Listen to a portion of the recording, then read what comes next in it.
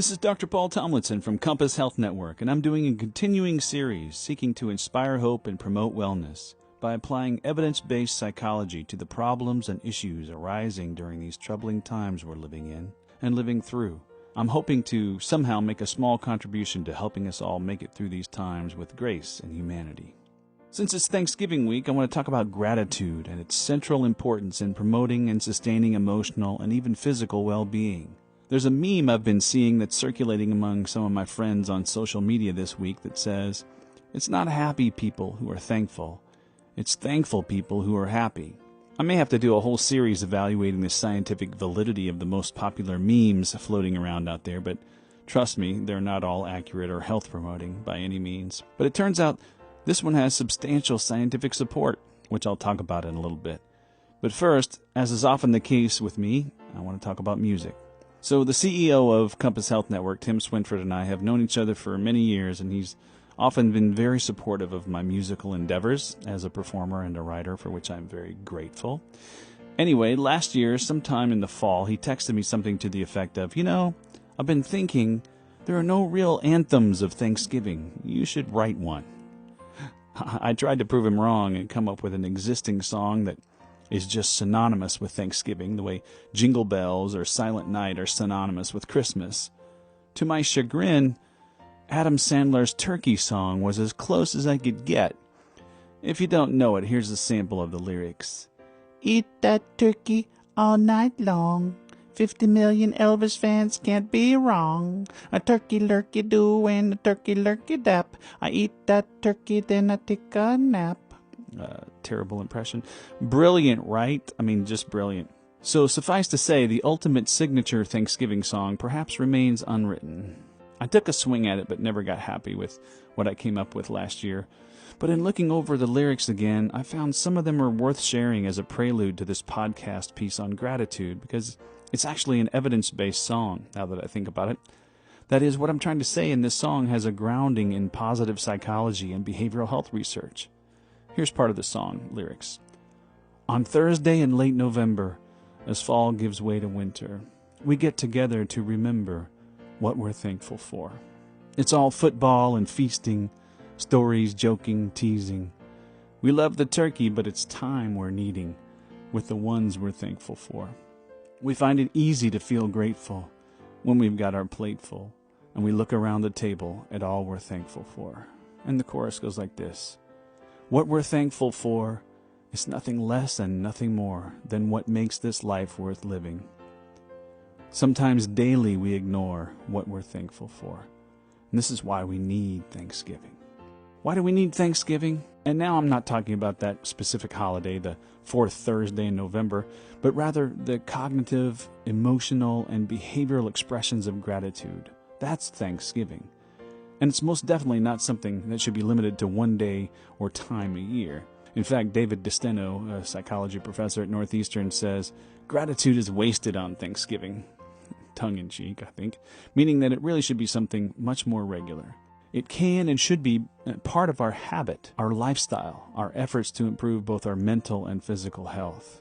We all might have slightly different definitions of gratitude, but what we usually mean by it is appreciating the things we have in life. And of course, for many of us, the things are not things at all, but people and relationships we have. Appreciating all we have in life, all the good things that are available to you in this moment. Being thankful and grateful for what you have right now. Now, contrary to some depictions of gratitude, being grateful isn't some idea you stick on a Post-it note on your bathroom mirror for a quick shot of the feel-good juice now and then. As we're going to hear, there are many reasons why we're hearing more and more about gratitude these days, and why it's a subject of serious scientific study. In short, gratitude can actually transform you. It can help to pull you out of what may feel like a swirling vortex of negativity. It can legitimately help give you a renewed sense of calm, meaning, purpose, and yes, joy, happiness. Thankfully, the research on practicing gratitude has really thrived in the past 10 to 15 years, and there are enough studies to be able to confidently draw some conclusions and make some evidence-based recommendations on this subject. But first, let's say a bit more about definitions of gratitude.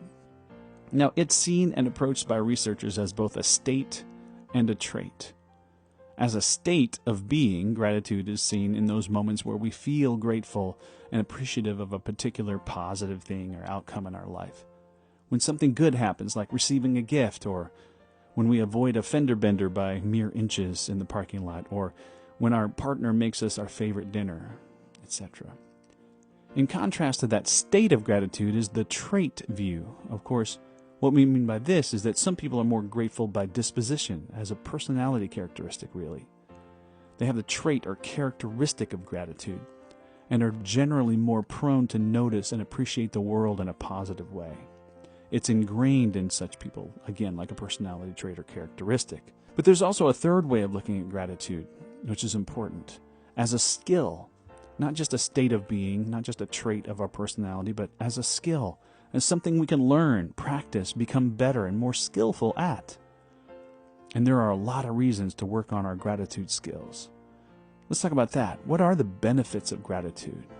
Scott and Davenport, in their book, The 90-Day Gratitude Journal, A Mindful Practice for a Lifetime of Happiness, they do a really nice job of summarizing the key benefits of practicing gratitude as follows, quote, "Gratitude is strongly and consistently associated with greater happiness. Gratitude helps people feel more positive emotions, relish good experiences, improve their health, deal with adversity, and build strong relationships." Unquote.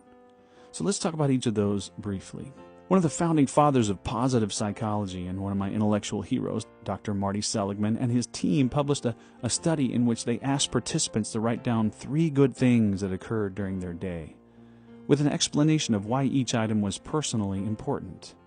After completing this exercise for just a week, the participants reported more happiness and less depression at 1 month, 3 months, and 6 months follow-up. In short, gratitude makes you happier because you develop an appreciation for everything positive in your life instead of taking it for granted or overlooking it day after day. In her wonderful book that I often cite and often recommend, called The How of Happiness, Dr. Sonia Lyubomirsky completes a thorough review of the many solid studies on connections here and concludes, quote, "Gratitude is an antidote to negative emotions, a neutralizer of envy, hostility, worry, and irritation. It is savoring and not taking things for granted." Unquote. Now, regular listeners to this podcast series will also be familiar with my constant mantra about how relationships are essential to mental and physical health and even longevity. So anything we can do to strengthen relationships is health promoting, right?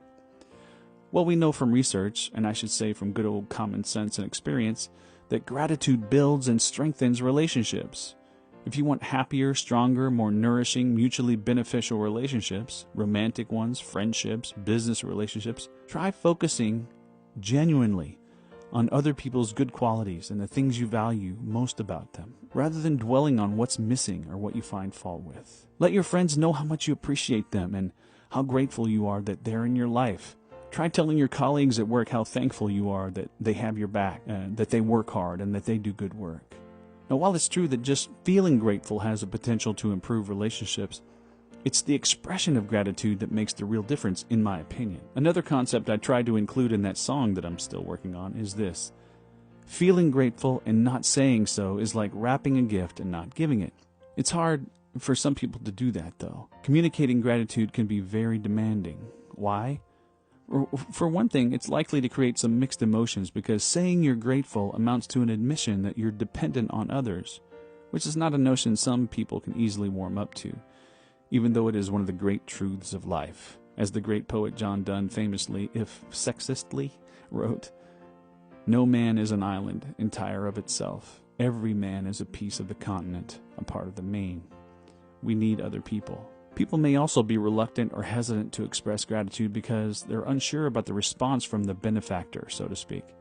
It can make things tense or uncomfortable if you don't know how someone is likely to respond. So, although I think feeling grateful and not saying so is like wrapping a gift and not giving it, as I said, some may be better off and more comfortable simply contemplating their gratitude. Just to be clear, though, the French have a saying, "It's necessary not only to love, but to say so." I feel the same way about gratitude. It's necessary not only to be grateful, but to say so. And this is why we need Thanksgiving. Let's switch our attention briefly to some other benefits of gratitude. Bogus and colleagues, in their review of available high-quality studies, also show that increasing our sense of gratitude improves sleep quality. Wait, being grateful helps you sleep better? Yep. How often do you lie awake in bed, tense, unable to sleep, worrying about this or that problem? If you find yourself in that state, a simple but effective way to soothe your anxieties is to practice gratitude before bedtime. In fact, one study found that gratitude journaling before bed can reduce worry and pessimism, help you relax and fall asleep sooner. Study participants also reported getting longer, more refreshing sleep. And this has the potential to be a happy upward spiral. I know I would be very grateful indeed for a good night's sleep these days. Would it surprise you to know that gratitude is also associated with other physical health improvements such as better blood pressure numbers, better blood sugar control, improved asthma control, and healthier eating behaviors? Now, for sure, these findings are based on a smaller number of studies, but the improvements are clearly there in the evidence. So I hope you're now convinced of the benefits of practicing gratitude. If so, I want to conclude with some tools for you. Like anything important to our emotional and physical health, the most effective and easiest way to practice gratitude is to turn it into a regular habit. You could certainly start with the Scott and Davenport book I referenced earlier. It's easy to find online if you want to invest in that, but there are good alternatives that are free. For example, gratefulness.org has a free online gratitude journaling tool that's just great. They also do a beautiful job of summarizing some key research-based recommendations on gratitude journaling from one of the leading authorities on the science of gratitude, Dr. Robert Emmons. So here are some of the key points. Do it on purpose, and don't just go through the motions. Research suggests that journaling is more effective if you first make the conscious decision to become happier and more grateful. Second thing, go for depth over breadth. Elaborating in detail about a particular thing for which you're grateful carries more benefits than a superficial list of many things. Third thing, get personal. Focusing on people to whom you are grateful or for whom you are grateful has more of an impact than focusing on things for which you're grateful. Again, not surprising. Try subtraction, not just addition. One effective way of stimulating gratitude is to reflect on what your life would be like without certain blessings, rather than just tallying up all the good things. I've certainly done this recently. The thought of going through my recent bout with COVID-19 without the support of my partner, my friends, and family has made me exceedingly grateful for those people and the quality of my relationships with them. Another key point, savor surprises. Try to record events that were unexpected or surprising, as these tend to elicit stronger levels of gratitude.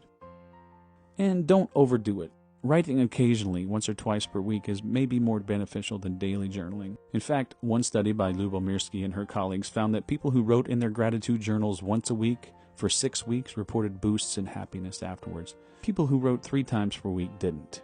So now I'll close with some wisdom expressed in another meme I saw recently that resonated with me. Speaking of 2020, the dumpster fire of a year. This is not the year to get everything you want. This is the year to be grateful for everything you have.